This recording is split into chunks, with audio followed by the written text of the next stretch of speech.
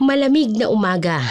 Sa ilalim ng tulay ng C5 Road patungong Santa Maria, naroon si Romel, isang kargador ng isda, nakatayo sa harap ng isang nakahigang bangkay.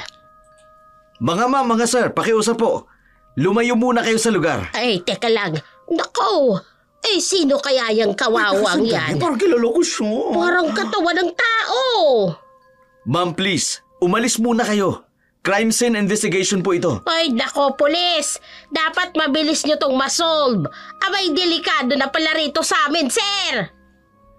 Dumating si Romel, namumutla. Hindi pwede. Si Tomas yun ah. Sir, sandali. Mukhang may nalalaman ka. Wala po. Dumadaan lang. Oy, Romel! Ay, bakit parang nakakita ka ng multo? Sir, kung may alam kayo, mas makabubuting magsalita na kayo. Sir, kilala ko po yung bangkay. Kanina ka pa namin napapansin. Alika, doon tayo sa gilid mag-usap. Sir, kasama ko po yan sa construction. Si Tomas po yan. Kailan mo huling nakasama si Tomas? Kahapon lang po. Sa site. Pero umaga pa yun. Ay, di ba nga, yung Tomas na yan, yung laging nasa taguan ng mga kobrador. Ma'am, pakiusap po.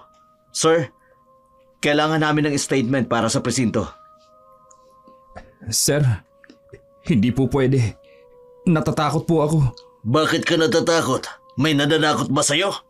Sir, yung tiyan niya, wala na pong lamang loob.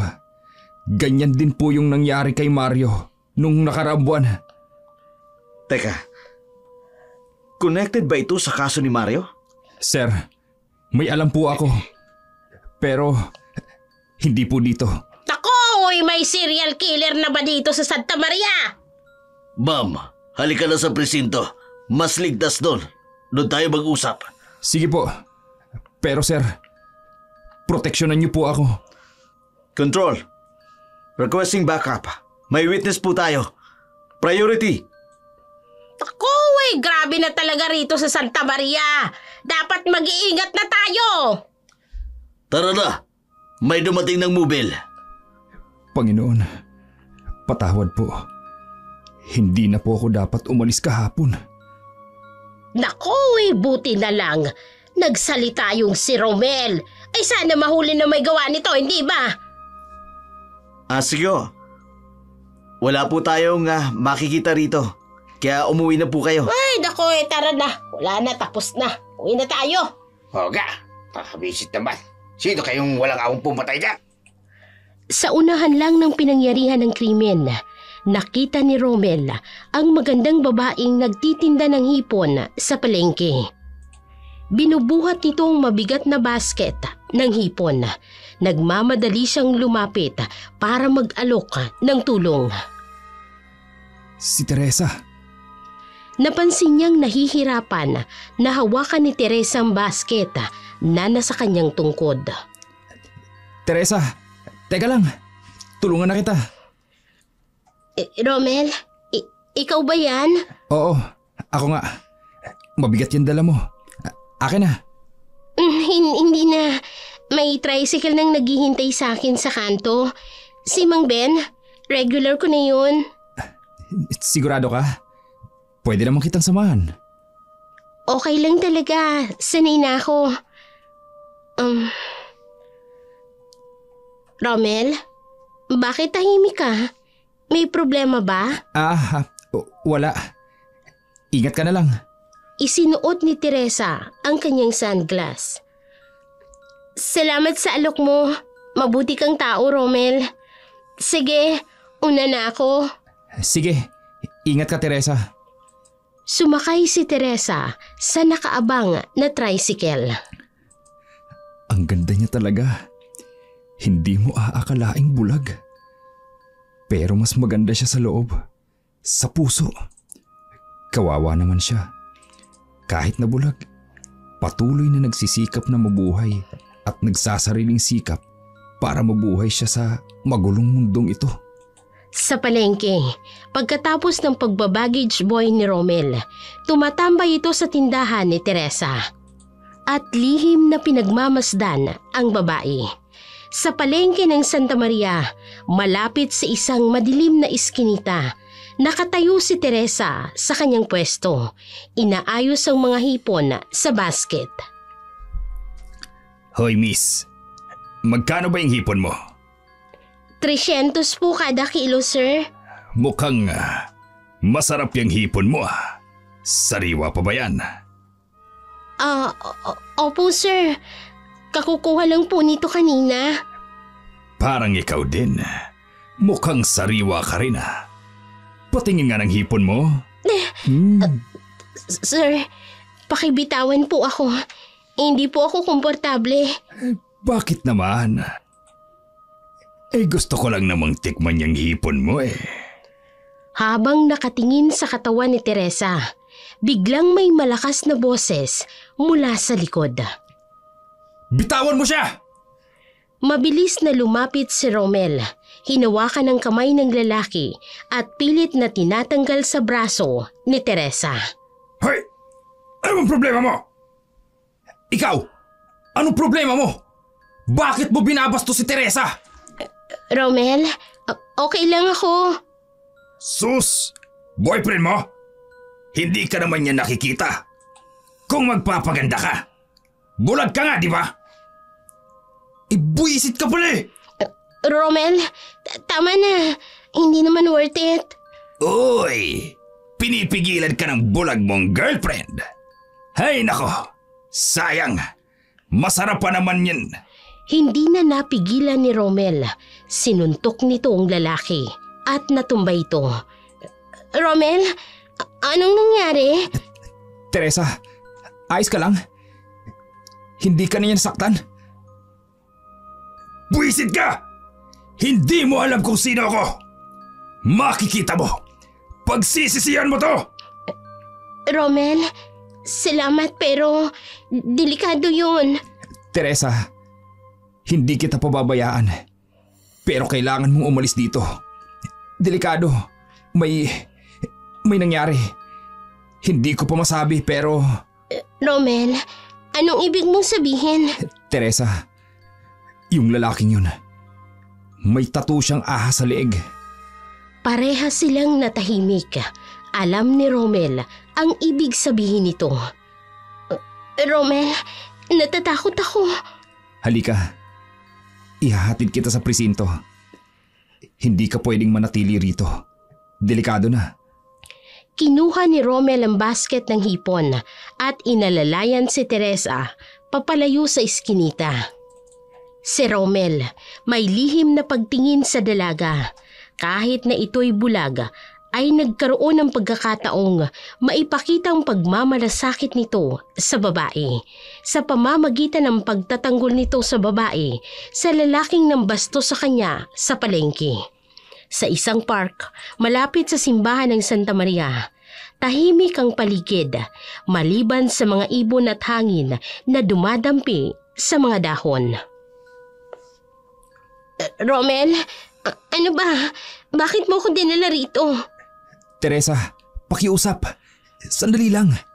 Paano mga hipon ko? May pambayad ako kay Aling Linda sa supplier. Hindi pwedeng masira to. Sige, dito muna tayo. Mas ligtas dito. Ligtas? Anong ligtas? Sa bastos na lalaking yon, kaya ko naman ang sarili ko. Hindi mo naiintindihan. Hindi lang siya basta delikado. Ano bang hindi ko naiintindihan? Bigla mo na lang akong hinila palayo. Binuhat mo pa tong basket ko. Yung tattoo niya sa leeg. Ahas. Ano naman? May pinatay sila. Kahapon lang. Ano? Si Tomas. Yung kasamaan ko sa construction. Pinatay nila. Kinuha pa nila ang lamang loob. Diyos ko. Kaya ayokong iwan ka dun. Yung lalaking bastos. Kasama nila yun. Sindikato ng droga. Pero yung mga hipon ko. Ako nang bibili ng lahat. Magkano ba? Hindi ganun kadali yun. Hindi ko naman kailangan ng awa mo. Hindi ito awa, Teresa. Ano? Bakit mo to ginagawa? Kasi mahalaga ka sa akin. Isang mahabang katahimikan ang namayani sa dalawa. Simula nung nabulag ako, ayoko nang umasa sa iba. Ayokong isipin ng mga tao na kawawa ako. Hindi ako naaawa sa'yo, Teresa. Hinangaan pa nga kita eh. Kaya mong mangalakal mag-isa. Kaya mong lumaban. Pero ngayon, hayaan mo naman akong protektahan ka. Bakit, Romel? Bakit gusto mong protektahan ng isang bulag na kagaya ko? Kasi nakikita kita, Teresa. Hindi lang yung kagandahan mo, kundi yung tapang mo, yung puso mo. Biglang may pumutok na baril sa hindi kalayuan. Tara na. Kailangan na nating pumunta sa presinto. Natatakot ako, Romel. Nandito lang ako. Hindi kita pababayaan. Tumayo silang dalawa at dahan-dahang naglakad palayo sa park. Romel, yung mga hipon. Sige na nga. Bibilhin ko na lahat. Pero sa presinto na natin ibebenta sa mga pulis. Sigurado kang may pera ka? Kahit wala. Para sa'yo. Hahanap ako. Naglakad sila palayo, magkahawak ang mga kamay, habang ang araw ay unti-unting lumulubog sa Santa Maria. Sa pagitan ng takot at pag-ibig, naglalakad sina Romel at Teresa palayo sa park ng Santa Maria. Ang dating mapayapang bayan ay biglang naging pugad ng dilim at karahasan. Ang basket ng hipon na daladala ni Romel ay saksi ng kanilang paglalakbay.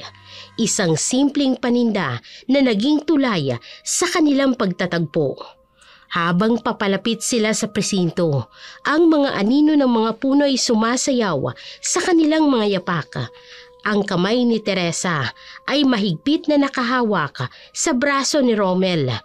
Ang kanyang tungkod ay tumutuktok sa sementong daan.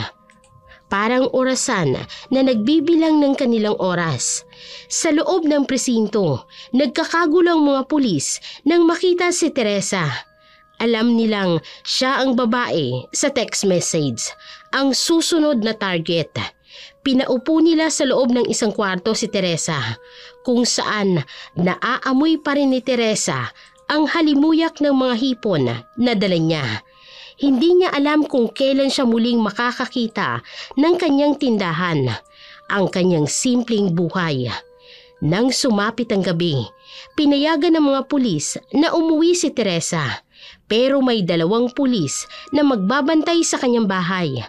Bago sila maghiwalay ni Romel ay hinawakan niya ang mukha nito at may ibinulong. Salamat, Romel. Hindi lang para sa pagbili ng hipon, kundi para sa pagprotekta sa akin. Ngayon, nakaupo na si Teresa sa loob ng isang mobile patrol. Ang kanyang mga daliri, mahigpit na nakahawak sa kanyang rosaryo. Ang kanyang isipan ay paulit-ulit na binabalikan ng mga nangyari. Ang malamig na hangin sa park, ang init ng mga palad ni Romel, ang nakatatakot na boses ng lalaking may ahas na tato, ang putok ng baril na nagpatigil sa kanyang puso. Ang dati niyang payapang mundo ay biglang nagbago. Pero kahit sa gitna ng takot at pangamba, may nag-iinit sa kanyang dibdib. Ang init na dulot ng isang kargador na nakakita ng kanyang tunay na halaga, higit pa sa mga panindang kanyang ibinibenta.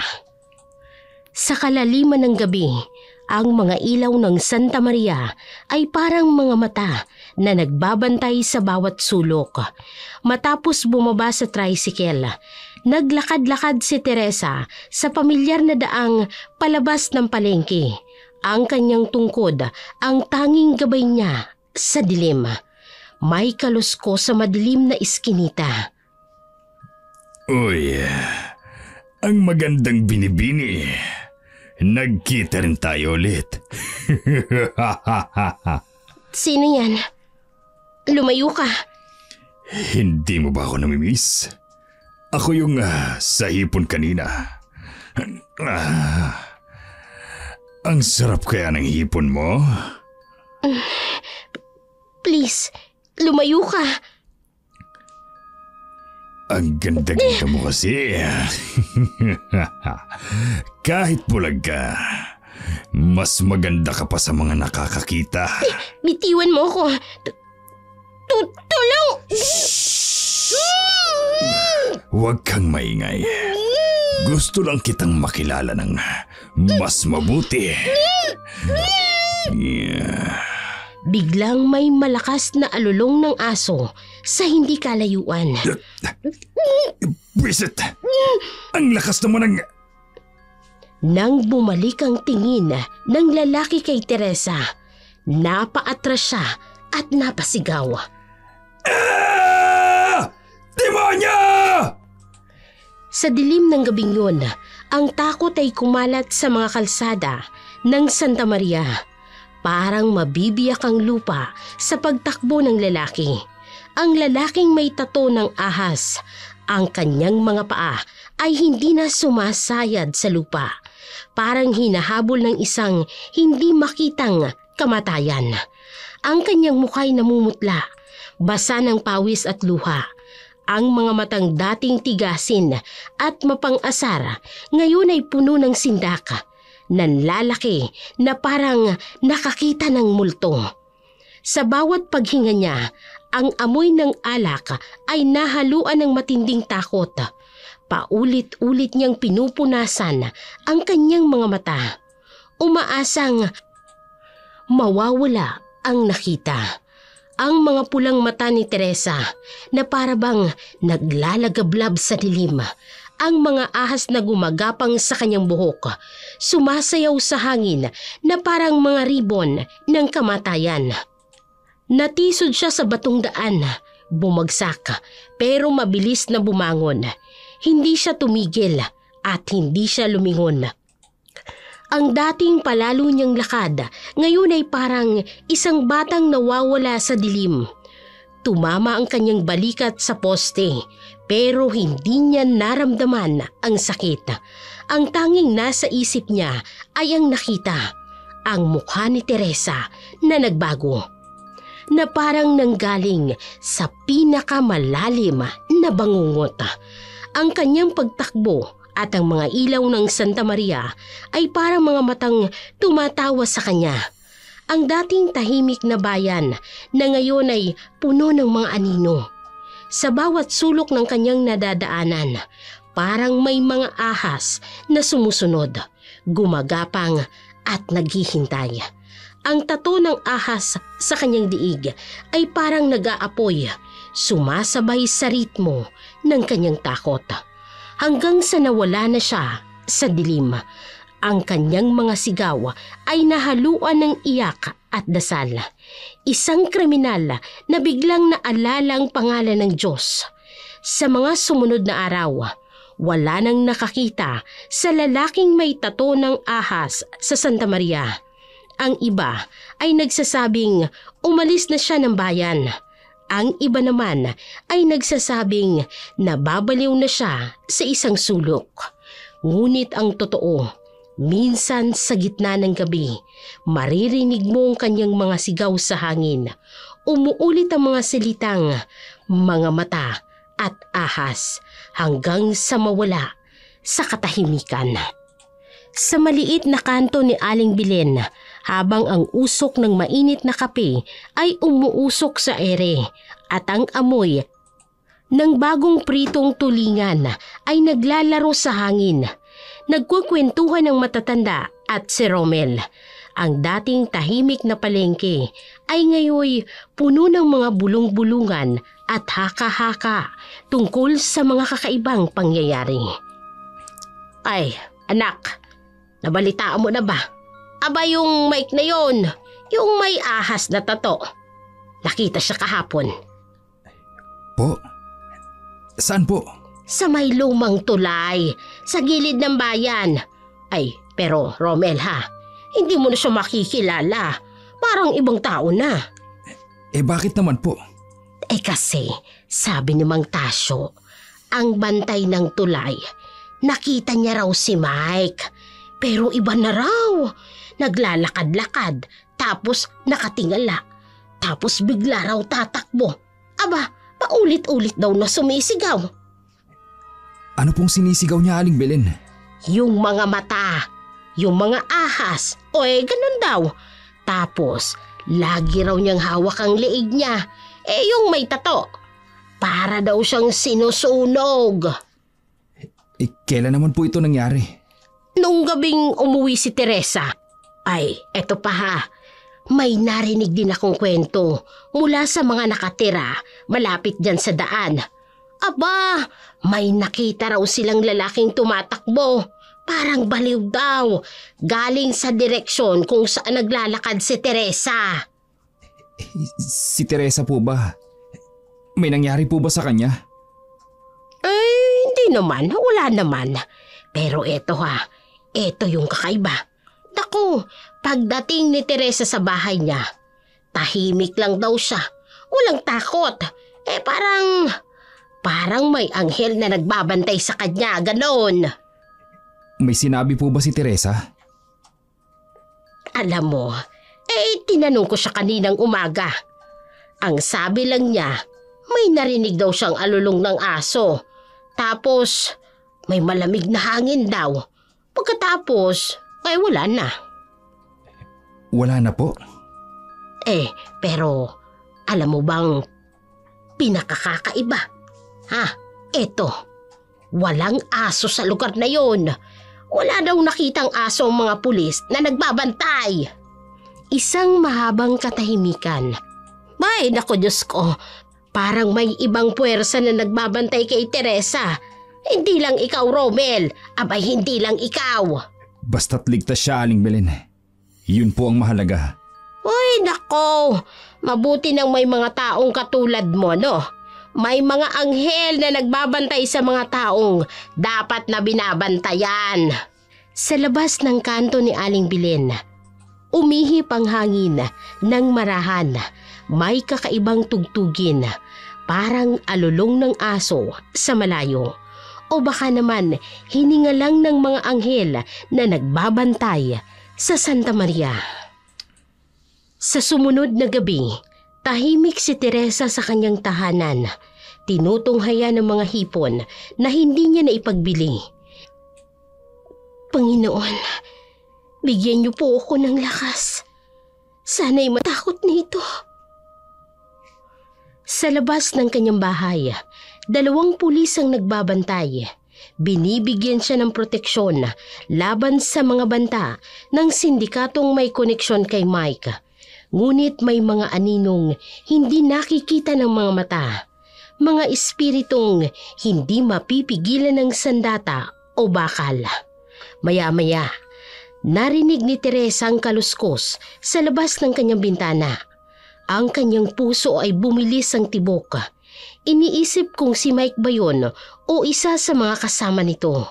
Subalit, sa halip na matakot, isang kalmadong pakiramdam ang bumalot sa kanya nang maramdaman niyang may kakaibang presensya ang naroroon. Tila isang mainit at nagpoprotektang kaluluwa. Nakaramdam siya ng kapanatagan sa kanyang dibdib. Sa labas, ang 2 pulis ay napatingala nang marinig ang alulong ng aso sa hindi kalayuan. Isang alulong na tila nagbabadya ng babala. Narinig mo ba yun? Parang alulong ng aso. Oh, pero wala namang aso rito sa paligid. Parang kakaiba. Sa kabila ng kadiliman ng gabi, ang tahimik na bayan ng Santa Maria ay nananatiling binabantayan ng mga nilalang na nasa pagitan ng liwanag at anino. Salamat po. Kung sino man po kayo, maraming salamat. Si Teresa, bagamat bulag, ay nakakaramdam ng isang liwanag sa kanyang puso. Isang liwanag ng pag-ibig at proteksyon mula sa mga kaibigang nakikita man o hindi. Pinalaya ni Romel si Teresa habang binubuhat ang mabigat na basket ng hipon patungo sa kanto kung saan siya sasakay ng tricycle. Kahit nasanay na si Teresa sa ganitong gawain, ramdam pa rin ni Romel ang bigat ng kanyang dinadala. Hindi lang pisikal, kung hindi pati na rin ang pang-araw-araw na hirap ng kanyang buhay. Alam mo, Teresa, kung kailangan mo ng kasama tuwing gabi, nandito lang naman ako. Malayo pa yung bahay mo eh. Salamat, Romel. Pero ayos lang talaga ako. Sanay na ako sa ganito. Sigurado ka ba? Mahirap din kapag na. Baka may mangulit na naman sa'yo tulad kanina. Kaya ko yan, Romel. Hindi naman pwedeng lagi akong aasa sa iba. Lalo na't bulag ako. Hindi naman yun ang ibig kong sabihin. Na wala nang gustong tumulong sa'yo. Ako na nga itong kusa nag-aalok eh. Napakabait mo, Romel. Pero hindi kita pwedeng abalahin sa ganitong bagay. Hindi ko gustong maging pabigat. Kung alam mo lang, Teresa, hindi kita nakikitang pabigat. Ang totoo nga, hinahangaan kita. Salamat. Pero siguro hanggang dito na lang talaga. Huwag kang mag-alala. Sanay na ako. Napailing si Romel, ngunit nauunawaan na wala na siyang magagawa. Hinatid niya si Teresa sa may kanto at hinihintay na ito ng tricycle ni Mang Ben na siyang nagdadala sa kanya pauwi. Sige, Teresa. Ingat ka palagi ah. At kung sakaling magbago isip mo, andito lang ako. Salamat ulit. Hindi ko makakalimutan ang kabutihan mo. Habang umaandar Rael, nakatanaw pa rin si Romel sa papalayong silweta ni Teresa. Napabuntong hininga siya. Iniisip kung hanggang kailan magpapanggap si Teresa na hindi niya kailangan ng kasama. Sana dumating ang araw na tatanggapin mo rin ang tulong ko, Teresa. Dahil hindi lang tulong ang kaya kong ibigay sa'yo. Tahimik na siyang naglakad pa uwi. Ngunit nasa isipan niya pa rin ang bulag na tindera ng hipon na kahit hindi nakikita ang mundo ay matapang na humaharap dito. Habang pababa si Teresa ng tricycle, ramdam niyang malamig na hangin na tila ba may mga matang nakatitig sa kanya mula sa dilim. Napahinto siya. Pakiwari niya'y may taong nagmamasid. Hinawakan niya ang tungkod ng mahigpit at tinangkang tanungin kung sinong naroroon. Sino ka? May kailangan ka ba sa akin? Naghintay siya ng sagot, ngunit tanging katahimikan lamang ang kanyang narinig. Ramdam niya ang kabog ng kanyang dibdib, ngunit pinipilit niyang pakalmahin ang kanyang sarili. Pagod lang siguro to. Dahan-dahan na siyang pumasok sa loob ng kanyang bahay. Isinara nito ang pinto at naglock ng mabuti. Inilapag niya ang kanyang tungkod sa tabi at umupo sa maliit na altar sa sulok, kung saan may munting krus at kandila. Napabuntong hininga siya. Natapos na naman ang isang araw ng pagtitinda. Ngunit alam niyang hindi doon natatapos ang kanyang araw. May ritual siyang ginagawa gabi-gabi. Isang dasal para sa kanyang munting paninda. Ang hipon ang pinagkukunan niya ng kabuhayan. Sa biyayang hipon mula sa dagat, kayaman at kaligtasan sa aking tapat. Sa bawat tibok, sa bawat ulam, protektahan niyo sana ako sa lahat ng panganib at lumbay. O hipon ng dagat, kamanggagawa ng sanlibutan, gabayan mo ang aking bawat hakbang. Sa dilim ng gabi, sa panganib ng daan, ikaw nawang magsilbing tanglawa sa aking landas. Sabay na napapikit si Teresa habang nararamdaman ang malamig na hangin na pumapasok sa kanyang bintana. Sa kabila ng kaba sa mga mata ng taong nagmamanman kanina, nararamdaman niya ang kalmadong espiritu ng kanyang ritual. Salamat sa biyaya ng dagat, sa pang-araw-araw na kabuhayan. Ikaw ang aking gabay sa lahat ng oras ng kailangan. Ang iyong pananatili sa aking hapag. Iniaalay ko sa iyong pasasalamat at taimtim na dasal.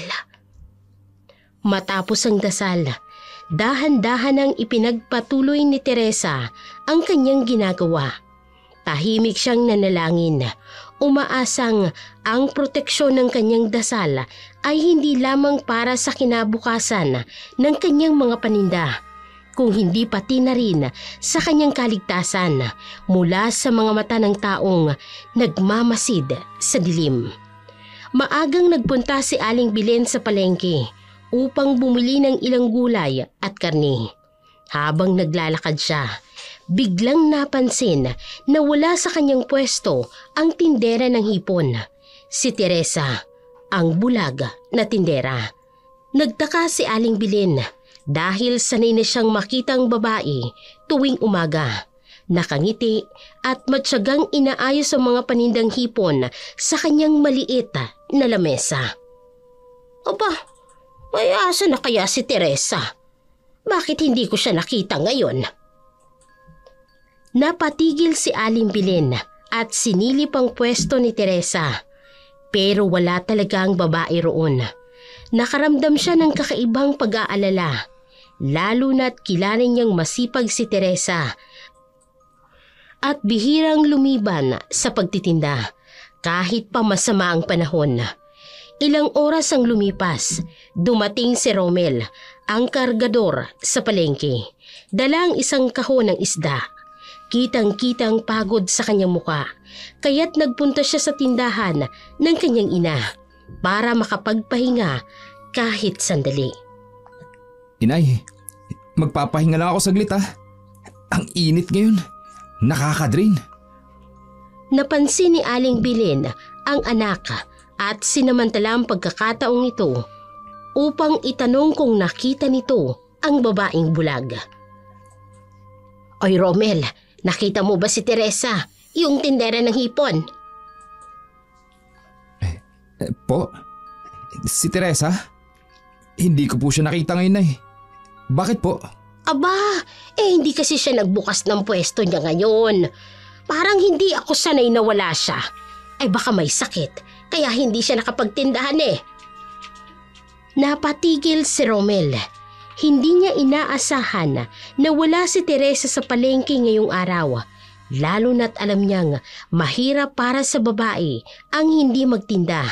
Dahil ito lang ang pinagkukunan niya ng pang-araw-araw na kabuhayan. Siguro nga po, Inay. Baka nagpapahinga lang siya. Matagal-tagal na rin may nagbabanta sa kanya sa palengke, di ba po?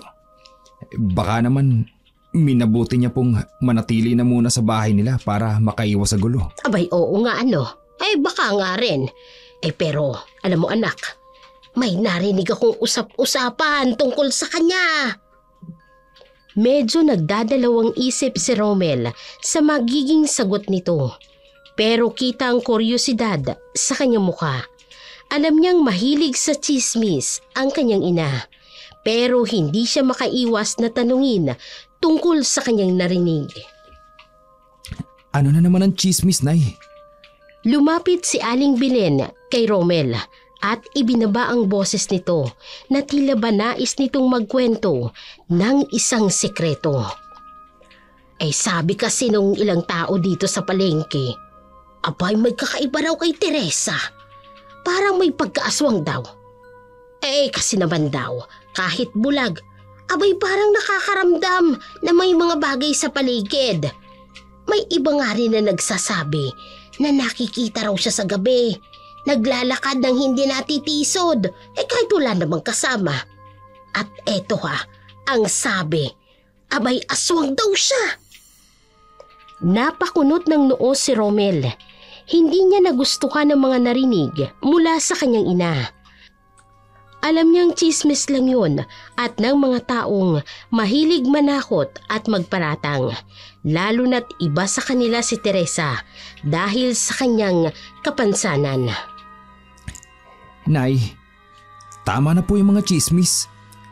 Alam niyo naman siguro kung gaano kabait si Teresa. Bulag na nga siya. Hirap na nga sa buhay. Tapos ngayon, sasabihan pa ng kung Ay, ano-ano. ako naman, Romel. Hindi naman ako naniniwala. Pero hindi mo naman mapipigilan ng mga tao na magkwento. Basta may kakaiba. At tsak na may gagawa at gagawa ng kwento. Di ba nga? Yung iba nga takot sa kanya. Kahit na inay, hindi na ba sila naawa sa kanya? Kung isipin, napakalakas ng loob ni Teresa. Kahit bulag, kaya niyang magtinda mag-isa. Hindi ba dapat mas hinahangaan pa siya kaysa pinagkakalat ng mga tsismis? Huminga ng malalim si Romel. Halatang nababanas na rin sa narinig. Naisip niya si Teresa. Ang tapang ng babaeng yon, ang sipag at ang katatagan nito kahit na may kapansanan. Tandaan niyo, inay, hindi porkit kakaiba ang isang tao, ibig sabihin, masama na siya o dapat ng katakutan. Ang hirap ng pinagdadaanan ni Teresa. Pero tuloy pa rin siya sa pagtatrabaho. Mas lalo pa nga siyang dapat hangaan ng mga tao dito. Medyo napaisip na rin si Aling Belen dahil sa sinabi ng kanyang anak. Alam niyang may punto rin si Romel. Hindi madali ang buhay ni Teresa bilang isang bulag.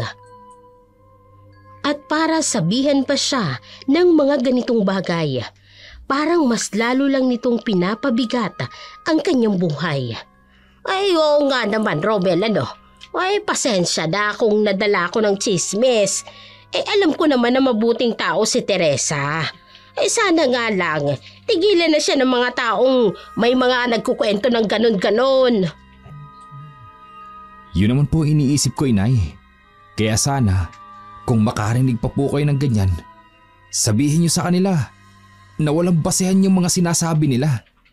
Lalo lang nilang pinahihirapan si Teresa. Sige. Susubukan kong ipaliwanag sa mga tao, lalo na dun sa mga kumari ko. Tumango si Romel at nagpa siya ng magpahinga muna. Subalit ang kanyang puso ay hindi niya maiwasang mag-alala para kay Teresa. Alam niyang hindi lang bulong-bulungan ang nagbabanta sa babae. May mga tao ring may masamang balak sa kanya. Sa kabila ng pangako niyang hindi siya mananakit ng kapwa, naramdaman niya ang galit para sa mga tao na walang awa kung paratangan ng isang taong gaya ni Teresa na tahimik lang na nagtatrabaho at namumuhay ng disente. Maya-maya, nagpa siyang dumaan sa bahay ni Teresa bago siya umuwi upang tingnan kung naroon ito at kung ayos lang ba ito. Habang paupo si Romel sa tabi ng tindahan ng kanyang ina, hindi siya mapakali sa pag-iisip tungkol kay Teresa. Sanay siyang makita ang babae sa palengke na kahit tahimik ay lagi itong nakangiti. Abala sa pag-aayos ng mga hipon. Ngayon ay wala ito.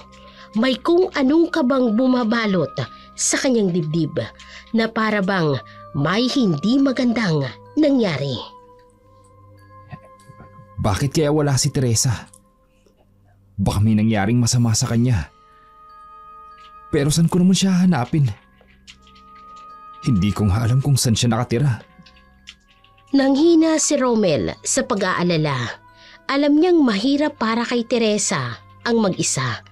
Lalo pat bulag ito. Iniisip niyang baka may banta pa rin mula sa mga sindikatong dating nagbabanta sa kanya. O kaya na may saktan siya ng isang taong nagpaparatang sa kanya ng kung ano-anong mga kwento. Kung alam ko lang sana kung saan siya nakatira, pupuntahan ko siya ngayon din. Nais niyang tiyakin ang kaligtasan ni Teresa. Ngunit wala siyang ideya kung saan ito naglalagi. Hindi niya matandaan kung nasabi na ba ng babae sa kanya ang tirahan nito. At kahit itanong niya sa iba sa palengke, parang mahirap asahan na may makakaalam. Napatingin si Romel sa paligid. Umaasa na baka sakaling dumaan si Mang Ben, ang tricycle driver na sinasakyan ni Teresa pauwi. Alam niyang kilala nitong babae at maaaring makatulong para malaman ang tirahan nito. Mang Ben, sana makita kita. Kung hindi, baka hindi ako mapakalibuong gabi. Habang naghihintay, hindi maiwasang bumalik sa isip ni Romel ang mga tsismis na narinig mula sa kanyang ina kanina. Naiinis siya na ang isang bulag at mabait na taong tulad ni Teresa ay ikinakabit sa mga usap-usapan tungkol sa aswang. Para sa kanya, hindi patas ang ganoong paratang sa isang taong tahimik lang na nagtatrabaho upang mabuhay. Paano nakakatiis ang mga tao na magsalita ng masama tungkol kay Teresa? Ni hindi na nga siya nakakakita. Pinahihirapan pa ng mga tsismis at mga kwento. Nang magtagal ay wala pa ring makitang bakas ng tricycle ni Mang Ben. Tumayo si Romel at nagdesisyong subukan na lang na tanungin ang ilan sa mga kakilala niya sa palengke. Maaaring may nakakita kay Teresa sa ibang lugar o baka naman may alam sila kung saan ito nakatira. Lumapit siya sa isa sa mga kapwa niya kargador, si Lando, na kilalang marami ring alam na mga nagaganap sa palengke. Lando, nakita mo ba si Teresa? Yung nagtitinda ng hipon? Si Teresa? Hindi. Wala nga siya ngayon eh. Nagulat nga rin ako. Bakit hinahanap pa siya? Oo. Kasi hindi raw siya nagbubukas ng pwesto ngayon. Naisip ko lang na baka may nangyari sa kanya. Wala akong balita eh. Pero sabi ng iba, parang hindi na babalik si Teresa rito.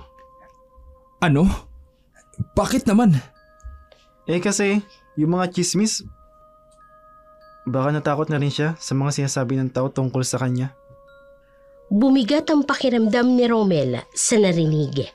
Alam niyang sensitibo si Teresa at hindi malayong naapektuhan ito ng mga tsismis.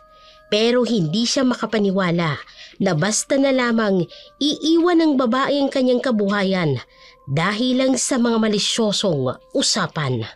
Salamat, Lando. Sana naman, hindi totoong hindi na siya babalik. Naglakad-lakad pa si Romel sa paligid ng palengke. Patuloy ang pag-aalala at ang kagustuhang malaman kung nasaan si Teresa. Napadaan siya sa dati nitong pwesto at kahit wala doon ang babae, ay tila ba nararamdaman niya ang presensya nito sa lugar. Teresa, nasan ka? Sana maayos ka lang. Habang nakatayo siya roon, pinakiramdaman niya ang kanyang paligid. Narinig niya ang tawanan ng mga tao, ang ingay ng mga nagtitinda. Ngunit para sa kanya, may kulang. Ang ngiti at ang presensya ni Teresa. Puno ng ingay ang palengke habang abala ang mga nagtitinda at mamimili. Ngunit sa isang sulok ay naroon si Romel, matamang nag-iisip tungkol kay Teresa. Habang naglalakad siya sa hanay ng mga tindahan, may isang lalaking lumapit sa kanya na tila ba may balak na mag-usisa. Romel! Romel! Nabalitaan mo na ba yung balita tungkol sa tindira ng hipon? Napataas ng kilay si Romel. Kilala niyang baklang bilang mahilig sa tsismis, kaya agad niyang naramdaman na walang mabuting dalang balita ito. Ano na naman yung pinagsasasabi mo? Hindi mo pa ba alam? Parang hindi mo yata kilalang kaibigan mo, Romel. Sabi ng mga tao, magkaroon si Teresa may kagagawa ng pagpatay sa mga lalaki na tatagpang patay sa paligid ng bayan. Akalain mo yun? Tumigil si Romel at hindi makapaniwala sa narinig. Alam niyang tsismis lang yun, pero hindi niya maiwasang magalit sa kasinungalingang ipinagkakalat ng binabae. Ano bang pinagsasasabi mo? Kilala ko si Teresa. Alam kong bulag siya at hirap sa buhay. Pero hindi siya masamang tao. Hindi siya makakapanakit. Lalo nang pumatay. Paano kung hindi mo lang talaga siya kilala ng lubusan? Baka nga siya yung aswang na sinasabi ng mga tao sa gabi nagiging ibang nilalang. Hindi mo ba napapansin? Laging sa paligid niya may natatagpuan mga bangkay. Hindi na napigilan ni Romel ang galit. Tinitigan niya ng matalimang lalaki. Hindi nagpatinag kahit pa sinasabi nitong marami ang naniniwala sa tsismis na yun. Oh, wag mo akong titigan ng matalim, Romel, ha? Hindi ko natatakot. Wala kayong alam kay Teresa. Bulag na nga siya. Pinararatangan niyo pa ng kung ano-ano. Nasaan ang ebidensya niyo? Ano? Puro haka-haka? Pwede naman ha.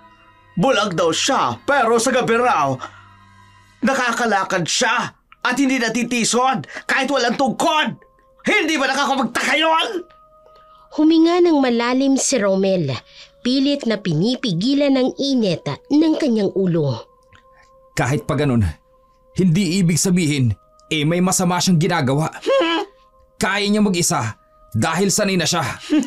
Kung wala kayong sapat na basehan, tumigil na kayo sa pagpaparatang. Hindi mo kami mapipigilan! Ha, bakit?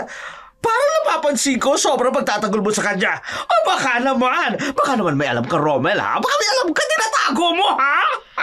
Mas lalong uminit ang dugo ni Romel sa patuloy na pang-aasara ng binabae. Pero hindi siya nagpatinag. Ipinangako niya sa sarili na ipagtatanggol niya si Teresa laban sa kahit sino, lalo na't alam niyang walang kasalanan ang babae. Kasi kilala ko si Teresa bilang isang mabuting tao. At kung kailangan kong gawin ang lahat para patunayan sa inyong lahat na wala siyang kasalanan, gagawin ko. Basta't alam kong inosente siya. Sige, inosente na siya para sa'yo. Pero huwag kang magtaka kung isang araw, ikaw na lang ang natitirang nagtitiwala sa kanya. Hindi na sumagot pa si Romel. Ngunit kita sa kanyang mga mata ang determinasyon. Hindi siya papayag na si Teresa na bulag at nag-iisang nagtatrabaho para sa buhay ay basta-bastang bibiktimahin ng tsismis at ng maling paratang. Handa siyang gawin ang lahat para protektahan ang kaibigan na alam niyang inosente. Habang tumatalikod ang binabae papalayo sa kanya, ipinangako ni Romel sa sarili na hahanapin niya si Teresa at titiyakin ang kanyang kaligtasan kahit na mag-isa lang siyang naniniwala sa babae. Maagang pumunta si Romel sa palengke. May halong pag-aalala at pag-asa na makita si Teresa. Matapos ang ilang araw na pagkawala ng tindera, naroon siya't naglalakad-lakad, nakangiti at tila masiglang nag-aalok ng kanyang panindang hipon. Napansin ng mga tao ang kanyang pagbabalik, ngunit sa halip na simpleng masilayan ang kanyang presensya, marami ang natigilan at nagtaka sa kanyang mga kilos. Dalang mabigat na basket ng hipon, si Teresa ay tila mas maayos at mas maganda kaysa sa dati. Bagamat bulag, may kakaibang sigla sa kanyang boses habang iniaalok niya ang kanyang paninda sa mga dumadaang kalalakihan na para bang may kagandahang hatid sa kanyang tinig. Sariwang hipon! 300 lang kada kilo. Sariwa at masarap. Para sa inyong hapag. Isa-isang lumapit ang ilang mga lalaki. Napapangiti at tila ba naaakit sa kanya. Kahit alam niyang bulag si Teresa, ang mga kamay niya ay sanay at magaan na inaayos ang mga hipon na para bang hindi siya bulag. May kakaibang kumpiyansa sa bawat galaw niya at ang mga dumadaang kalalakihan ay tila ba naaakit sa kanyang sigla at ganda. Aba, Ate Teresa, parang blooming ka ngayon ha. Salamat, sir. Sana'y magustuhan ninyo itong hipon ko. Sariwa at garantisadong masarap. Parang iba ang ganda mo ngayon Baka naman may sekreto ka dyan Wala naman, sir. Sipag lang at panalangin ang sikreto ko. Habang abala si Teresa sa pagtitinda, nasa likod lamang si Romel. Pinagmamasdan siya. Napansin niyang parang may kakaibang kasiglahang hatid si Teresa sa mga tao, lalo na sa mga kalalakihan na dati hindi naman napapansin ang kanyang tindahan. Ngunit ngayon, tila mas nabibighani sila sa tindera ng hipon. Hindi mapigilan ni Romel sa sarili ang pagtingin sa kanya. May halong pag-aalala at paghanga sa tibay ng loob ng babae. Biglang lumapit si Aling Belen, hawak ang basket ng mga prutas at napansin kung paano titig na titig si Romel kay Teresa. Romel, bakit mo ba pinagmamasdan niyang aswang? Hindi ka ba natatakot na ikaw yung sumunod niyang biktima? Napairap na lang si Romel sa sinabi ng kanyang ina, pero hindi siya natinag. Hindi niya kayang pabayaan ang basta na lang paniwalaan ni Aling Belen ang mga tsismis na wala namang basihan tungkol kay Teresa. Inay, huwag niyo naman pong tawaging aswang si Teresa. Walang basihan ng mga sinasabi ng mga tao. Chismis lang yan. Ay, nako Romel, hindi mo ba napapansin? Iba na ang kilos niya ngayon. Ay, dati tahimik lang siya at hindi namamansin. Pero ngayon, parang may kakaibang ganda siyang hatid. Oy, tingnan mo. Kahit mga lalaki, naaakit sa kanya. Hindi ibig sabihin nun, aswang na siya, Nay. Sus! Nagtitinda lang siya gaya ng dati. Tsaka, baka naman nagbago lang siya ng pakikitungo sa mga tao, hindi po ba? Ngunit ramdam ni Romel na may kakaiba nga sa kilos ni Teresa ngayon. Ang dating maingat niyang galaw ay naging masigla na para bang may tiwala na siya sa sarili na hindi nakikita dati. Parang may misteryo sa kanyang mga ngiti. Ngunit kahit ganun, nanatili ang tiwala ni Romel sa kanya. Alam niyang hindi tamang manghusga ng walang sapat na dahilan. Ay nako! Huwag ka na nga magbulag-bulagan dyan, anak. Hindi naman ako naniniwala sa lahat ng chismis. Pero kahit ikaw, hindi ba napapansin mo? May kakaiba nga sa kanya. Huminga ng malalim si Romel, pilit na iniintindi ang pag-aalala ng kanyang ina. Ngunit nananatiling matatag ang kanyang paninindigan. Basta't ang alam ko, Inay, mabuting tao si Teresa. Hindi ko siya iiwan sa mga ganitong paratang. Kahit pa may makita kayong kakaiba sa kanya, hindi ibig sabihin nun, masama na siya. Tumalikod si Romel, ngunit hindi niya inialis ang tingin kay Teresa, na patuloy pa rin at abala sa pagtitinda ng hipon. Pinagmamasdan niya ang tindera, habang abalang inaasikaso ang mga bumibili. At sa kabila ng lahat ng tsismis at mga panlalait na naririnig niya, isang bagay lang ang napatunayan ni Romel sa kanyang sarili, na handa siyang ipaglaban ang pangalan ni Teresa kahit na lahat ng tao ay lumaban sa kanya. Kung may mangyari man, Teresa, nandito ako para sa'yo. Hindi ako magdududa sa'yo. Sa kabila ng mga bulong-bulungan at mga pagtingin ng mga tao, nanatili si Romel sa gilid, patuloy na nagbabantay at umaasa na balang araw, titigil din ang mga tsismis at makikita ng mga tao ang tunay na pagkatao ni Teresa. Sa paglipas ng mga araw, lalong lumalakas ang hinala ng mga tao sa palengke tungkol kay Teresa. Ang dating tahimik na tindera ng hipon ay naging paksa ng mga lihim na usapan na nakatatakot na tingin. Ngunit sa gitna ng lahat ng ito, nananatiling tapat si Romel sa kanyang paniniwala sa kaibigan. Isang gabi, habang pauwi si Teresa mula sa palengke, may sumunod sa kanya. Hindi man niya nakikita, Ramdam niyang mga yapak nang sumusunod sa bawat hakbang niya. Humigpit ang hawak niya sa kanyang tungkod. Alam kong ikaw may kagagawa ng lahat ng ito, Teresa. Hindi ko alam ang pinagsasasabi mo. Huwag ka na magkunwari. Nakita namin kasama mo si Mike noong gabi na yun. Pagkatapos nun, hindi na namin siya nakita kahit na sino. Nagbago ka, Teresa. Kung may nalalaman ka tungkol kay Mike, dapat sabihin mo sa mga pulis. Sasabihin ko sa kanila na may nakakita at ikaw nabulag ka. Nagbago ka ng anyo sa gabi at ang mga mata mo'y nagniningning na parang apoy. Hindi ako tanga, Teresa.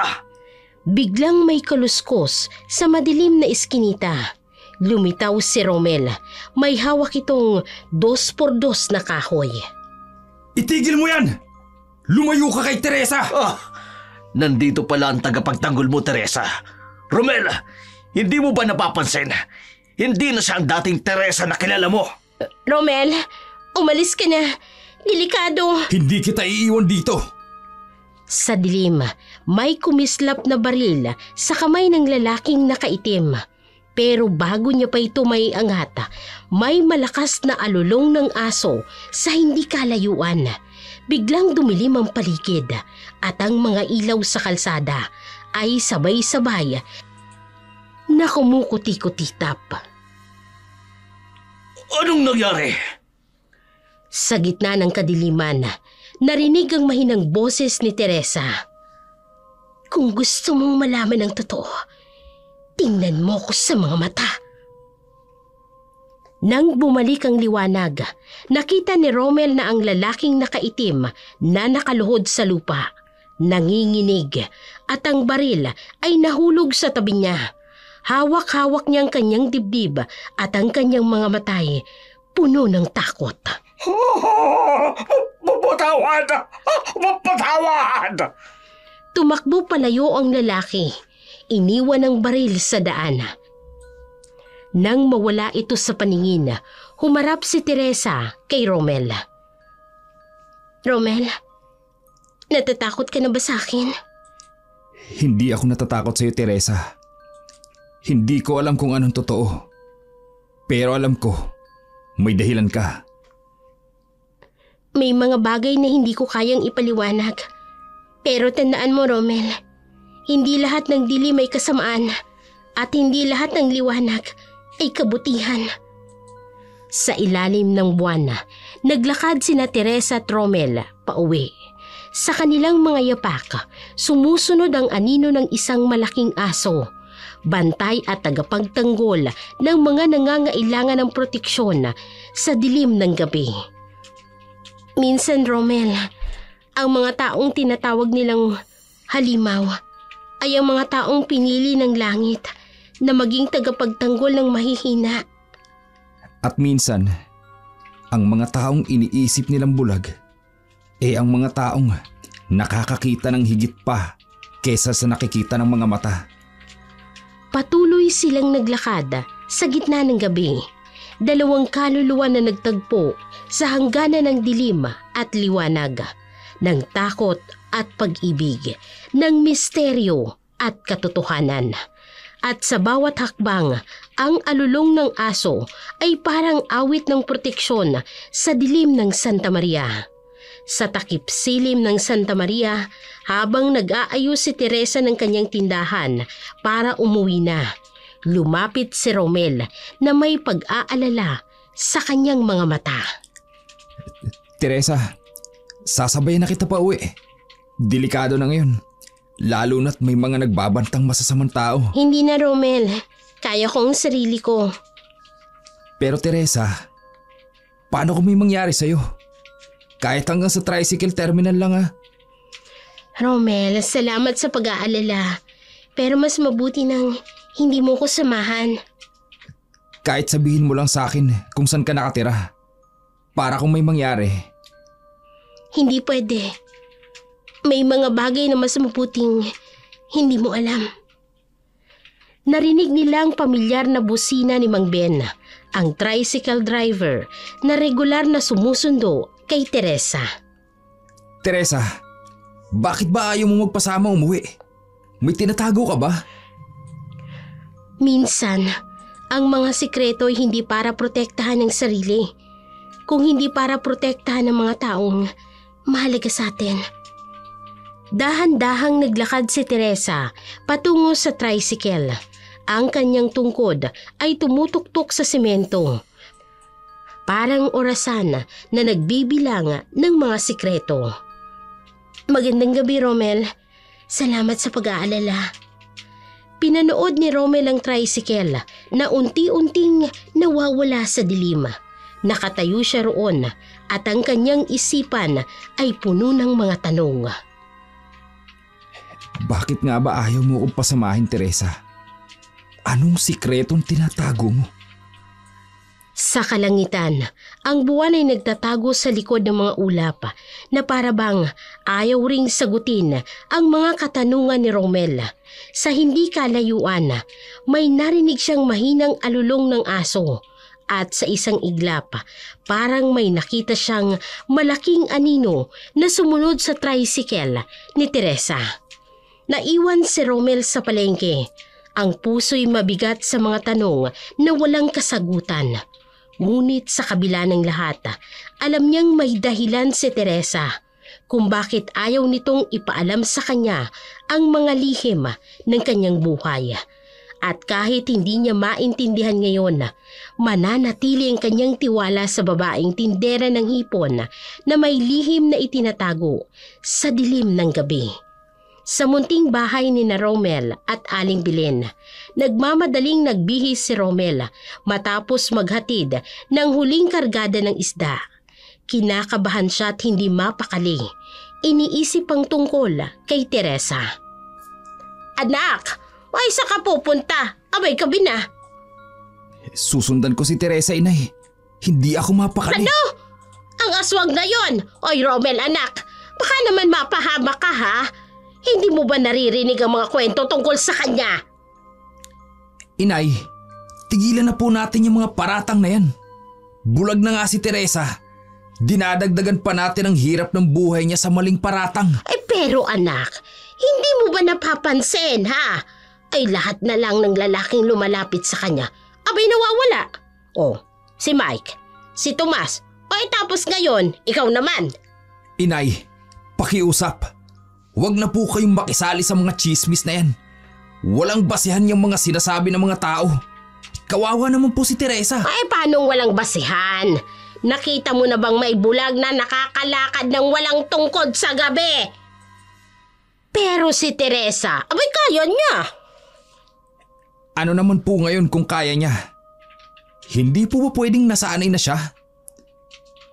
Nay, alam niyo po, nakakalungkot na pati kayo naniniwala sa mga walang kwentang chismis na yan. Natatakot lang naman ako para sa iyo anak. Eh bakit bang tigas ng ulo mo pagdating kay Teresa? Kasi Nay, hindi tama na husgahan natin ang isang tao dahil lang sa mga sabi-sabi. Si Teresa, mabait siyang tao. Kahit bulag, nagsusumikap siyang mabuhay ng marangal. Tapos gagawan pa natin ng kwento. Huminga ng malalim si Romel. Kinuha ang kanyang jacket sa may pintuan. Nay, sana po maintindihan niyo. May mga taong tulad ni Teresa na kailangan ng kaibigan, hindi ng mga paratang. Kung talagang may masamang nangyayari, dapat alamin muna natin ang totoo bago tayo magsalita. Ay nako Romel, talaga oo. Mana ka talaga sa papa mo. Pareho kayong matigas ang ulo. Hindi po katigasan ng ulo ito, Inay. Konsensya po. Hoy, sige na nga. Pero mag-iingat ka anak ha. At kung may makita kang kakaiba. Inay, ang tanging kakaiba lang po dito kung paanong ang isang bulag na babae ay mas nakakakita ng kabutihan kesa sa mga taong may paningin. Naiwang nakaupo si Aling Belen. Pinagmamasdan ng anak na lumabas ng pinto. Sa kanyang isipan, nag-uunahan ang pumapasok na mga babala at pag-aalala. Ngunit sa kanyang puso, may munting boses na nagsasabing baka nga tama ang kanyang anak. Na minsan, ang nakamadilim na anino ay nagmumula sa ating sariling takot at pagdududa. Sa labas, nagsimulang maglakad si Romel sa dilim, determinadong hanapin at protektahan si Teresa. Kahit pa ang buong Santa Maria ay nagsasabing may kakaiba sa kanya. Para kay Romel, minsan ang pinakamatapang na bagay na magagawa ng isang tao ay ang manindigan para sa isang kaibigan laban sa mundo ng mga haka-haka at maling paratang. Sa ilalim ng kabilugan ng buwan, naglalakad si Romel sa madidilim na kalye ng Santa Maria. Ang malamig na hangin ay dala ng mga alulong ng aso mula sa hindi kalayuan na tila ba mga babala sa gabi. Subalit hindi siya natitinag. Ang tanging nasa isip niya ay ang kaligtasan ni Teresa. Teresa, sana hindi pa huling lahat. Dapat kong malaman kung bakit ka natatakot. Sa bawat hakbang, lumalakas ang mga alulong. Ang mga anino ng puno ay sumasayaw sa liwanag ng buwan na parabang mga kamay na nagbababala sa kanya. Ngunit nagpatuloy si Romel sa kanyang paglalakad, determinadong hanapin ang babaeng tindera ng hipon. Hindi ako natatakot. Kahit ano pang sabihin nila tungkol sa'yo, Teresa, hindi kita pababayaan. Biglang may kaluskos sa madilim na iskinita. Napahinto si Romel, nakaramdam ng presensyang hindi niya maipaliwanag. Ang buwan ay biglang natakpan ng ulap at ang mundo ay lalong dumilim. Alam kong mapanganib ito, pero kailangan kong malaman ng totoo. Kailangan kong protektahan si Teresa. Sa malayo, may nakita siyang anino. Isang babaeng may hawak na tungkod. Mabagal na naglalakad. Ang puso ni Romel ay bumilis ang tibok. Alam niyang si Teresa yon. Teresa? Ngunit bago pa siya makalapit, may nakita siyang iba pang mga anino. Mga lalaking may masamang balak, dahan-dahang sumusunod kay Teresa. Ang mga alulong ng aso ay lalong lumalakas na parabang nagbababala sa parating na panganib. Hindi ako papayag na may mangyaring masama sa iyo, Teresa. Kahit ano pang katotohanan. Kahit nasabihin ng buong Santa Maria na aswang ka. Kahit na mag-isa lang ako. Hinawakan niya ng mahigpit ang 2x2 na kahoy na dala niya. Sa kanyang isipan, paulit-ulit ang mga salita ni Teresa. May mga bagay na hindi ko kayang ipaliwanag. Kahit ano pang lihim mo, Teresa. Kahit na ano pa ang totoo. Ako ang poprotekta sa iyo ngayong gabi. Sa madilim na bahagi ng Santa Maria, dalawang lalaking naglalakad patungo sa direksyon ng bahay ni Teresa, sina Ben at Carlo. Sigurado ako, Carlo. Dito napunta yung babaeng yun kagabi. Sinundan ko siya mula pa sa palengke. Hindi na tayo magpapaligoy-ligoy pa. Matagal na nating binamanmanan niyang Teresa na yan. Alam kong aswang siya. Nagbubulag-bulagan lamang yan. Oo. Ilang buwan na nating pinapanood yan. Kung paano siya maglakad sa gabi nang walang tungkod. Kung papaano nawawala ang mga lalaking lumalapit sa kanya. Ito ng pagkakataon natin. Patutunayan natin sa mga tao na tama ang hinala natin. Na si Teresa ang kumukuha sa mga lalaki sa Santa Maria. Hindi ko makakalimutan kung papaano namin nakita si Mike. Nagbago mukha. Parang nasiraan ng bait. Paulit-ulit na lang na sinasabi yung tungkol sa mga mata raw na nagningas. At ngayon, gagawin din niya yun sa iba. Hindi natin pwedeng pabayaan yan. Para sa iyo to, Mike. Hindi na makagagawa ng masama yung aswang na yan. Tingnan natin kung gaano siya katapang. kapag napaligiran natin ng apoy ang kanyang bahay. Pero dapat, sigurado tayo. Kailangan nating makita mismo ang pagbabago niya para may mapatunayan tayo sa mga tao. Tama. Hintayin natin siya magbago. Tapos doon natin siya huhulihin para makita ng lahat kung ano talaga siya. Tumango ang dalawa sa isa't isa. Sa kanilang mga mata ay nagniningning ang galit at paghihiganti. Galit para sa lalaking nagbago at nawala, at paghihiganti para sa lahat ng biktima ng tindera ng hipon. Mamaya, kapag tulog na ang buong Santa Maria, doon natin gagawin. Tingnan lang natin kung makatatakas pa siya ngayong gabi. Nagsimulang maghintay ang dalawa sa dilim, mga matay nakatuon sa bahay ni Teresa. Sa loob, ang ilaw ay patuloy na kumikislap, parang kandilang naghihintay mamatay sa hangin ng gabi. Sa kalangitan, ang buwan ay nakakubli sa mga ulap na parang ayaw maging saksi sa mga kaganapang magaganap sa gabing yun. Ang hangin ay humihip ng malakas, dala ang mga alulong ng aso mula sa malayo. Isang babala sa parating na unos sa tahimik na bayan ng Santa Maria. Sa dilim ng gabi, dalawang anyo ng lalaking naglalakad. Si Romel, mabilis at determinadong hakbang, at sa likuran niya si Lando na halatang nag-aalinlangan at kinakabahan. Romel, sigurado ka ba dito? Baka naman mas mabuting bumalik na lang tayo. Kung takot ka, Lando, pwede ka nang umuwi. Pero kailangan kong malaman ng totoo tungkol kay Teresa. Pre, di mo ba naririnig? Yung mga alulong? Nakakatakot, pare. Lando, kaibigan kita. Kaya ako hiniling na sumama ka. Gusto kong may makakita rin ng totoo tungkol kay Teresa na mali ang paratang sa kanya. Pero paano kung totoo nga? Paano kung aswang talaga siya? Humarap si Romel sa kaibigan. Seryoso ang tingin. Kung totoo man, kung may ibang dahilan si Teresa, gusto kong marinig muna mula sa kanya. Hindi yung basta-basta na lang maniniwala tayo sa mga kwento. At kung makita natin siyang nagbabago?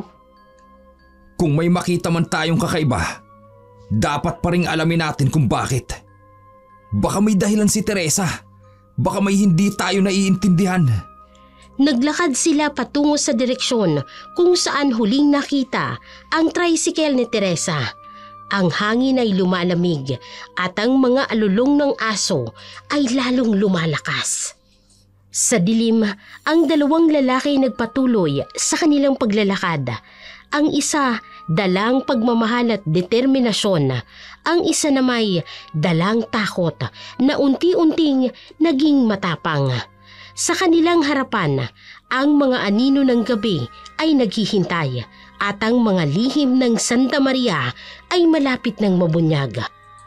Sa madilim na daan patungo sa bahay ni Teresa, naglalakad si Sandra, isang bakla na may dalang flashlight at cellphone. Sa kanyang isipan, gusto niyang patunayan na tamang kanyang hinala ang tungkol sa tindera ng hipon. Nako, mamaya makikita ko. Totoo ang aswang si Teresa. Kaloka, dapat may video ako bilang ebidensya. Ngunit sa hindi kalayuan, nakasalubong niya sina Ben at Carlo. Napangiti si Sandra. Kumikembot itong papalapit sa dalawa na hindi alam ang panganib na naghihintay. Naku, ang gwapo naman ng lalaking ito. Saan kayo pupunta mga pogi? Tumabi ka nga! Ay, ang sungit naman. Bakit?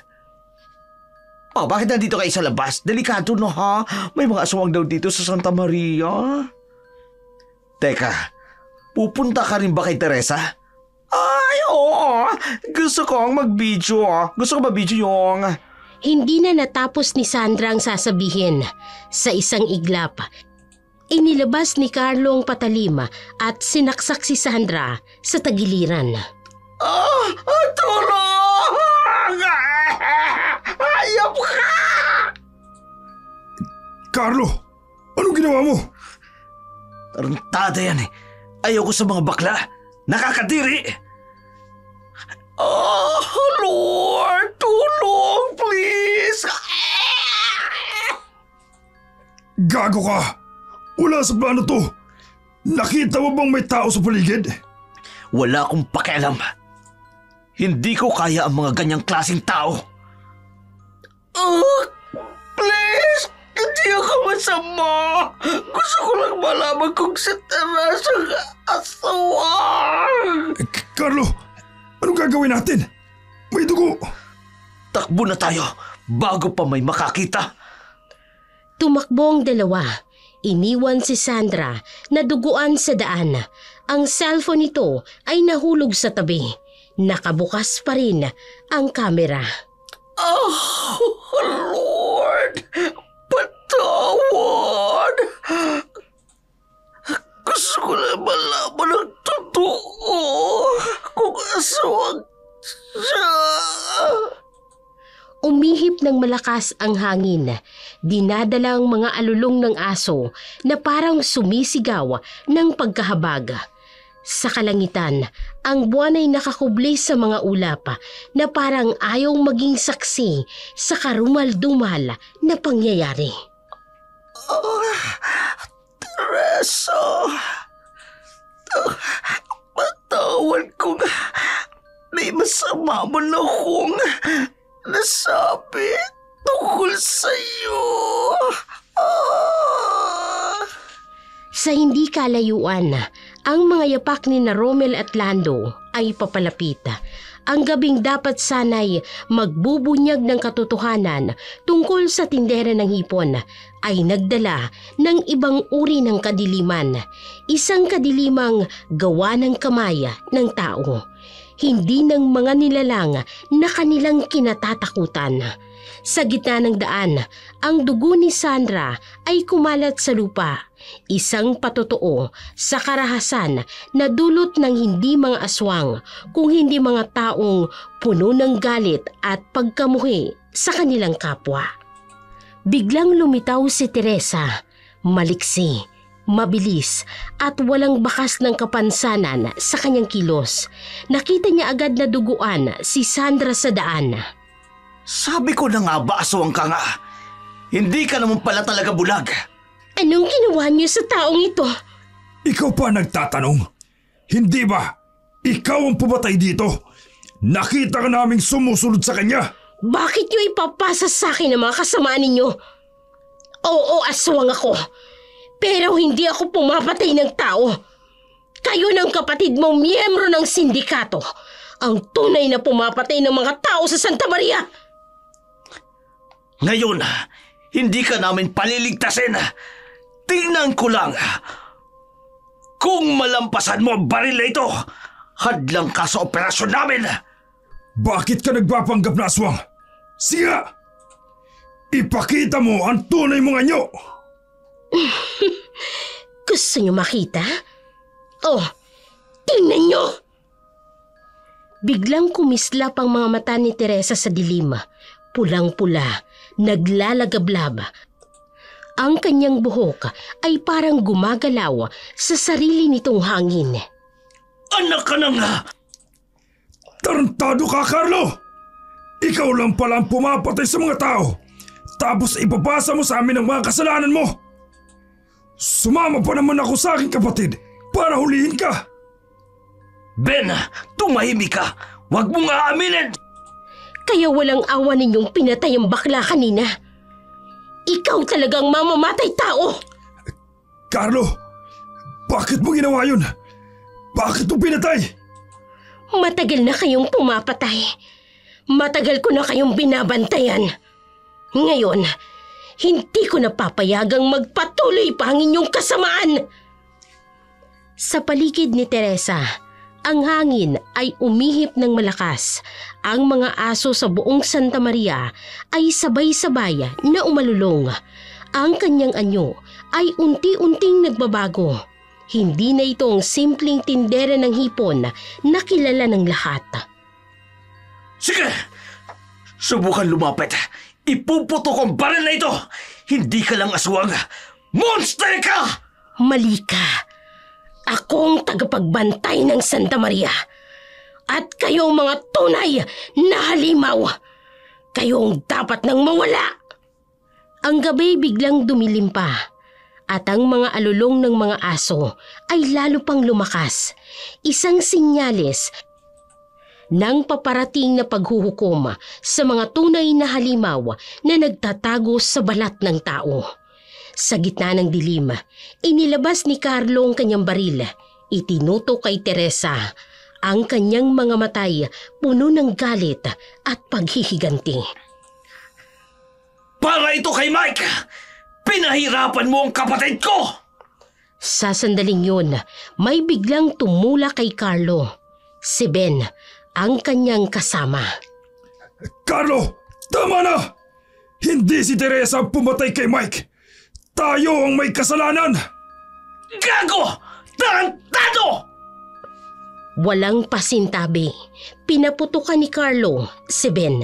Natumbay ito at duguan. Traidor ka, Ben! Ngayon, wala nang makapipigil sa akin para patayin ka, Teresa! Tama na, Carlo. Sobra ng dugong dumanak dahil sa inyo. Bago pa muling makapamaril si Carlo, may mga sirena na ng pulis na narinig. Dumating na sina Romel kasama ang mga pulis. Nakataas ang mga baril. Ibaba niyo ang baril! Napapaligiran na namin kayo! Carlo, tama na! Hindi pa huli ang lahat! Hindi niyo naiintindihan! Pinatay niya si Mike! Hindi si Teresa! Tayo, Carlo! Tayo ang pumatay kay Mike dahil nalaman niyan totoo tungkol sa droga! Napatigil si Carlo. Unti-unting bumabagsak ang kanyang mga kamay na may hawak na baril. Hindi! Hindi pwede! Sa ulo ang kamay! Inaaristo ka namin! Habang dinadala ng mga pulis si Carlo, lumapit si Romel kay Teresa. Nakita niya kung papaano unti-unting bumalik sa dating anyo ang babae. Teresa, totoo ba ang lahat ng ito? Romel, oo, aswang ako. Pero hindi ako katulad ng mga kwento ng mga tao. May mga aswang na tulad ko na piniling maging tagapagtanggol ng mga inosente. Kaya pala ayaw mong may nakakaalam kung saan ka nakatira. Matagal ko nang binabantayan ng Santa Maria. Nakita ko ang kasamaan ng sindikato. Pero hindi ko magawang direktang hulihin sila. Kaya nagpanggap akong bulag na tindera para masubaybayan sila. Hindi ka nag-iisa, Teresa. Kahit ano ka pa, nandito lang ako. Salamat, Romel. Ikaw lang ang taong nagtiwala sa akin ng tunay. Matapos ang gabing yun, unti-unting nalinis ang pangalan ni Teresa sa Santa Maria. Ang mga kwento tungkol sa kanya ay biglang napalitan ng mga salaysay ng kanyang katapangan at pagtatanggol sa mamamayan. Isang gabi, kasama si Romel. May mga aswang na piniling maging masama, pero may mga tulad ko na piniling maging tagapagtanggol. Hindi lahat ng nilalang na tinatawag nilang halimaw ay masama, Romel. At hindi lahat ng tao ay mabuti. Minsan, ang tunay na halimaw ay nasa loob ng puso ng tao. Sa Santa Maria, patuloy na nagtitinda ng hipon si Teresa. Isang simpleng tindera sa araw at isang tagapagtanggol sa gabi. At sa tabi niya si Romel, ang lalaking nanatiling tapat sa kanyang paniniwala na tunay na halaga ng isang tao ay hindi nakikita sa kanyang anyo, kundi sa kanyang ginagawa. Sa bawat gabi, Habang ang Santa Maria ay natutulog, may mga tulad kong nagbabantay. Mga aswang na piniling protektahan ng mga taong dating takot sa amin. At sa bawat araw, may mga katulad kong handang manindigan para sa katotohanan. Kahit gaano pa ito katangi o kahindik-hindik para sa iba. At sa tuwing may kabilugan ng buwan, kapag maririnig ang mga alulong ng aso ng Santa Maria, alam ng mga tao na may mga tagapagtanggol silang nagbabantay, mga nilalang na piniling maging liwanag sa gitna ng dilim.